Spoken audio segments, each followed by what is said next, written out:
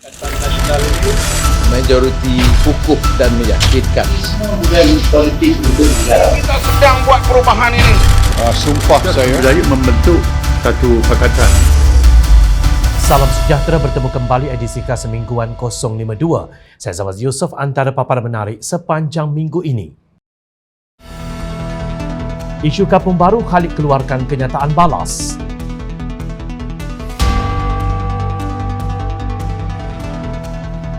Najib kekal bersalah di Mahkamah Rayuan, tindakannya memalukan negara.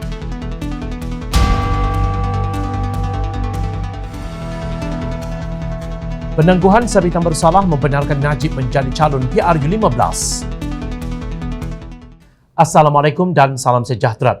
Pengarah Komunikasi Amanah Nasional Khalid Abdul Samad berkata Amanah bertegas akan mengkaji semula Memorandum Persefahaman MOU Transformasi dan Kestabilan Politik yang ditandatangani antara Pakatan Harapan dan Kerajaan Persekutuan jika puak kleptokrasi kembali berkuasa dalam kerajaan. Dia berkata parti itu memperjuangkan sikap integriti dan amanah dalam politik yang merupakan sikap penting kepada kebangkitan umat dan negara. Dia turut menambah Amanah menyedari kemenangan calon-calonnya dan juga calon-calon PH pada PRU ke-14 adalah atas sebab rakyat menolak kleptokrasi dan sifat khianat dalam pentadbiran negara. Justru katanya Amanah ingin menegaskan bahawa sekiranya golongan kleptokrat dilihat kembali mempengaruhi ke atas pentadbiran kerajaan Datuk Seri Ismail Sabri, maka Amanah akan mengesyorkan supaya PH mengkaji kembali keabsahan MOU yang telah pun ditandatangani. Dalam pada itu, Naib Presiden Parti Amanah Negara Datuk Seri Dr. Mujad Yusof berpandangan Pakatan Harapan dan Kerajaan Pimpinan Perdana Menteri Datuk Seri Ismail Sabri Yaakob perlu kembali kepada kerangka persefahaman bersama yang dimeterai kedua-dua belah pihak sebelum ini.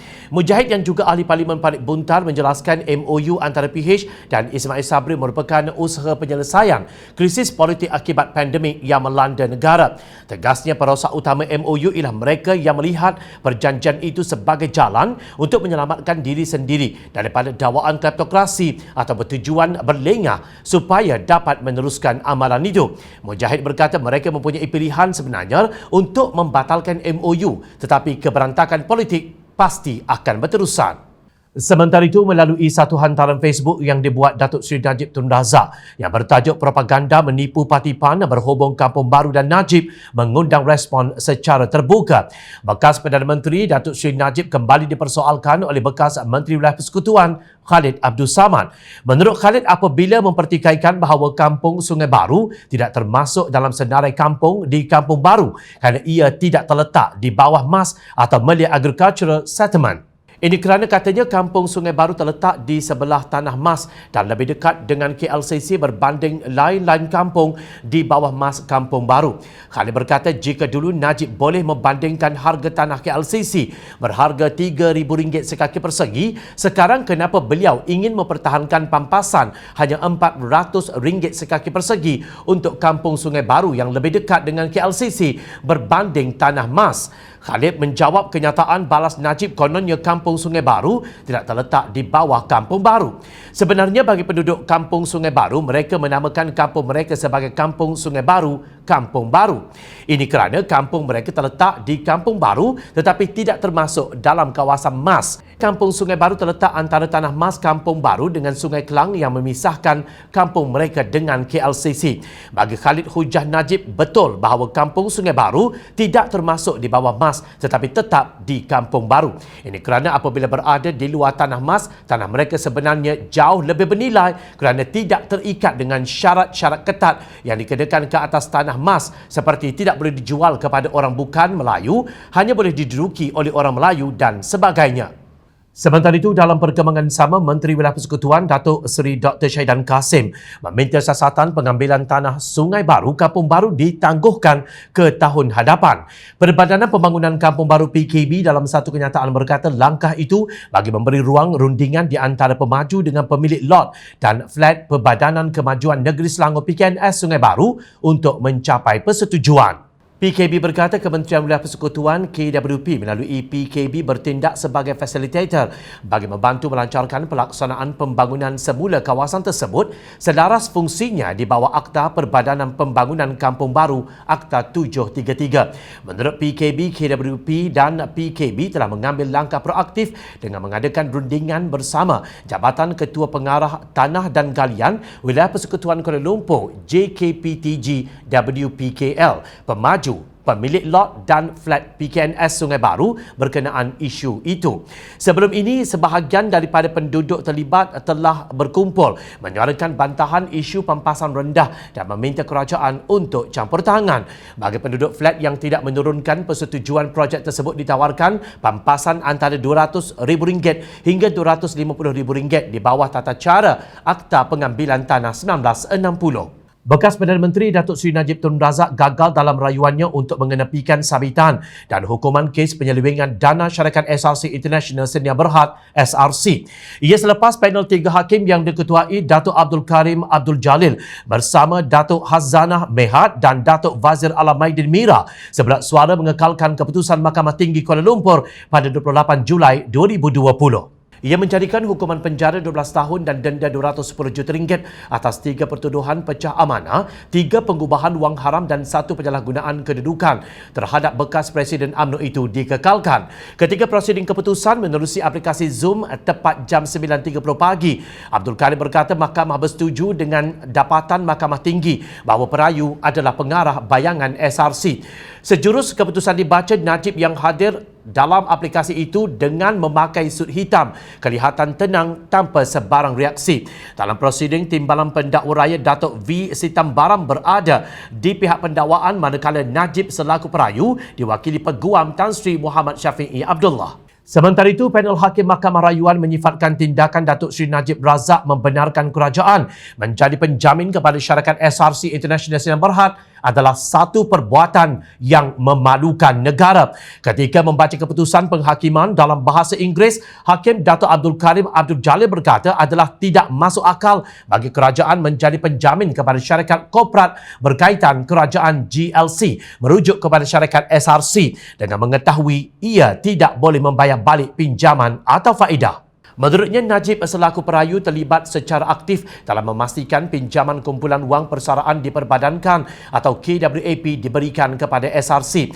Bagaimanapun, selepas dana dikeluarkan, perayu tidak ambil tahu dengan keberadaan dana itu, tidak bertanya daripada SRC mengenai perkara itu, bagaimana ia digunakan atau bagi tujuan apa. Beliau turut menyifatkan ianya sebagai satu pengurusan keuangan dana awam yang buruk dan tidak boleh dikatakan sebagai dilakukan demi kepentingan negara. Abdul Karim yang bersidang bersama Hakim bersama Datuk Hazanah Mehad dan Datuk Wazir Alamaidin Mira berkata Najib mengarahkan Menteri Keuangan kedua ketika itu supaya tidak mengganggu urusan SRC.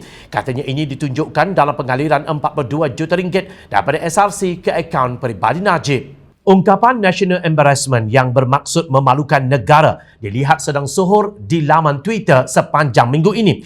Ia susulan keputusan Mahkamah Rayuan Rabu lalu yang mengekalkan sabitan dan hukuman terhadap Datuk Seri Najib Razak yang didapati bersalah atas 7 pertuduhan membabitkan penyelewengan dana RM42 juta milik syarikat SRC International Sdn Bhd. Pada 3 hakim Mahkamah Rayuan yang dipengerusikan oleh Hakim Datuk Abdul Karim Abdul Jalil antara lain menyifatkan tindakan Najib sebagai memalukan negara. Beliau bersama-sama Hakim Datuk Hazanah Mehad dan Datuk Wazir Alamaidin Mira turut berpendapat Najib mempunyai kepentingan peribadi meluluskan RM4 bilion kepada SRC International Sdn Bhd SRC. Penhakim sebulat suara berkata demikian selepas Najib yang juga Wakil Rakyat BN Parlimen Pekan itu dalam pembelaannya berkata tindakannya adalah bagi kepentingan negara. Ekoran itu, frasa national embarrassment atau memalukan negara tular dalam kalangan pengguna Twitter. Bahkan keputusan Mahkamah Rayuan turut menarik aktiviti aktivis Fahmi Reza dengan lakaran terbaharunya dengan caption "Still Guilty of Corruption" yang bermaksud masih bersalah kerana rasuah. Dalam perkembangan sama, Presiden Amanah Muhammad Sabu mempersoalkan keputusan Mahkamah Rayuan Putrajaya yang menangguhkan hukuman penjara dan denda terhadap Datuk Seri Najib Razak berhubung kes dana RM42 juta milik SRC International. Beliau berpandangan penggantungan pelaksanaan denda adalah bercanggah dengan amalan biasa. Sekiranya didapati tidak bersalah, denda itu boleh dikembalikan dan dengan itu tertuduh tidak mengalami apa-apa kerugian, katanya. Amanah turut berpandangan hal tersebut berpotensi mengukuhkan lagi persepsi negatif masyarakat seolah-olah masih tebal lagi budaya dua darjat dalam pelaksanaan hukum di negara tercinta ini. Keputusan Mahkamah Tinggi dan Mahkamah Rayuan berhubung penyelewengan RM42 juta dana SRC itu secara jelas menolak dakwaan meleset Najib Razak dan para penyokong tegarnya kononnya telah dianiaya atau dijadikan mangsa fitnah. Muhammad dan juga ahli Parlimen Kota Raja dalam satu kenyataan media berkata, keputusan itu memberi satu isyarat yang cukup jelas bahawa keputusan suara rakyat pada PRU ke-14 yang menolak kepimpinan bekas Perdana Menteri itu adalah satu tindakan yang tepat. Penolakan rakyat pada tahun 2018 memandangkan Najib dianggap telah memalukan negara di seluruh dunia di atas kesalahan jenayah mega yang berkaitan dengan hal ehwal 1MDB dan yang berkaitan dengannya. Terkini Peguam Kanan Tuan Hanif Katri Abdullah memohon penjelasan pejabat pendaftaran Mahkamah Rayuan tentang apakah sebenarnya keputusan lengkap dan tepat yang diberikan oleh Mahkamah Rayuan berhubung permohonan penggantungan yang dibuat oleh Datuk Seri Najib Razak sejurus selepas keputusan penolakan rayuan itu oleh Mahkamah Rayuan. Katanya ini kerana terdapat laporan media yang perlu disahkan ketepatannya. Media tersebut melaporkan bahawa Mahkamah Rayuan membenarkan penangguhan pelaksanaan hukuman penjara 12 tahun dan denda RM210 juta terhadap Najib sementara menunggu rayuan ke Mahkamah Persekutuan. Hakim Abdul Karim berkata penangguhan pelaksanaan hukuman juga meliputi sabitan terhadap Najib sementara menunggu rayuan ke Mahkamah Persekutuan. Hanif berkata di atas keperluan penting bahawa keputusan Mahkamah Rayuan dapat difahami dengan lengkap dan tepat oleh orang ramai untuk dipatuhi dan dihormati di atas konsep kedaulatan undang-undang. Ianya adalah amat terpenting agar pihak pejabat pendaftaran Mahkamah Rayuan dapat mengeluarkan satu pengesahan untuk dilaporkan media berkaitan persoalan berikut. Pertama, adakah perintah penggantungan yang dibenarkan oleh Mahkamah Rayuan merangkumi penggantungan hukuman penjara dan denda sahaja sehingga penyelesaian rayuan perayu di Mahkamah Persekutuan? Ataupun kedua, adakah perintah penggantungan yang dibenarkan oleh Mahkamah Rayuan itu merangkumi juga penggantungan kesemua 7 sabitan jenayah terhadap perayu sehingga penyelesaian rayuan perayu di Mahkamah Persekutuan?